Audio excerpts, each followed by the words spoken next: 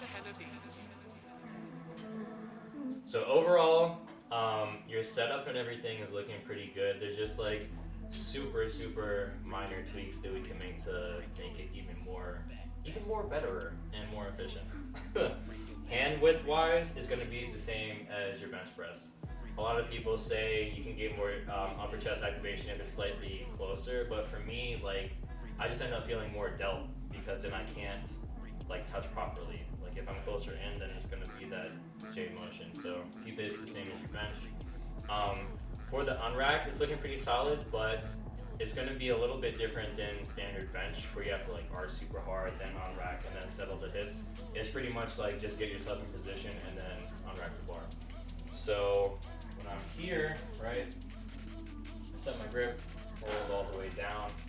I'm packing myself in and I'm leg driving at the same time.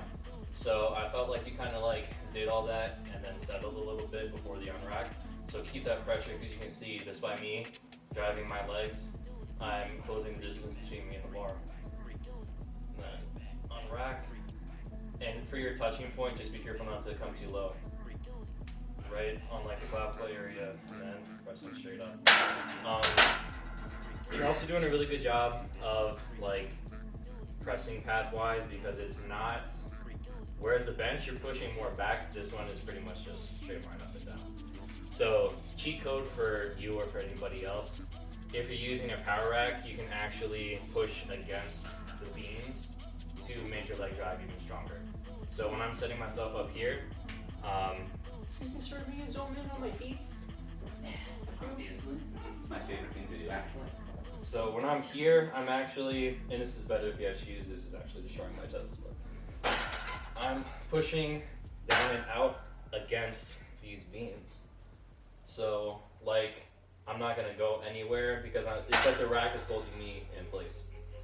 So here, pushing against the rack, unrack here, and then just going how you want. Right now, I can tell you're using your leg drive, but it's just like the angle of your feet, I think, is more out than of your knees. So I feel like it's not getting optimal quad.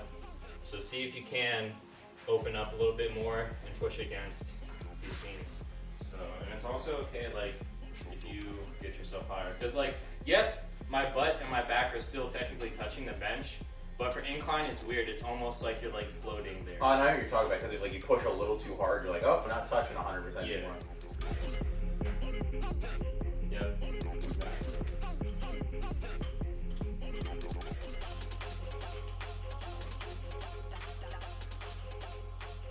Cool.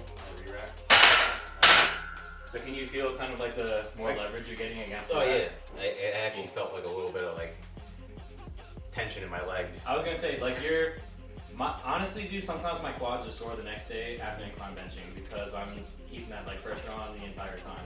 That looks a lot better.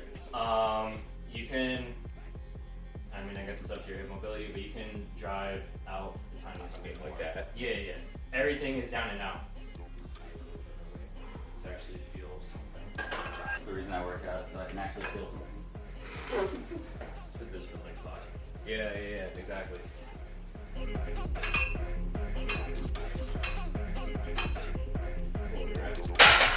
Nice. So I think like the theme of today is just going to be improving your leg drive a little bit because your upper body mechanics are pretty solid for incline. So you kind of feel the difference between the two.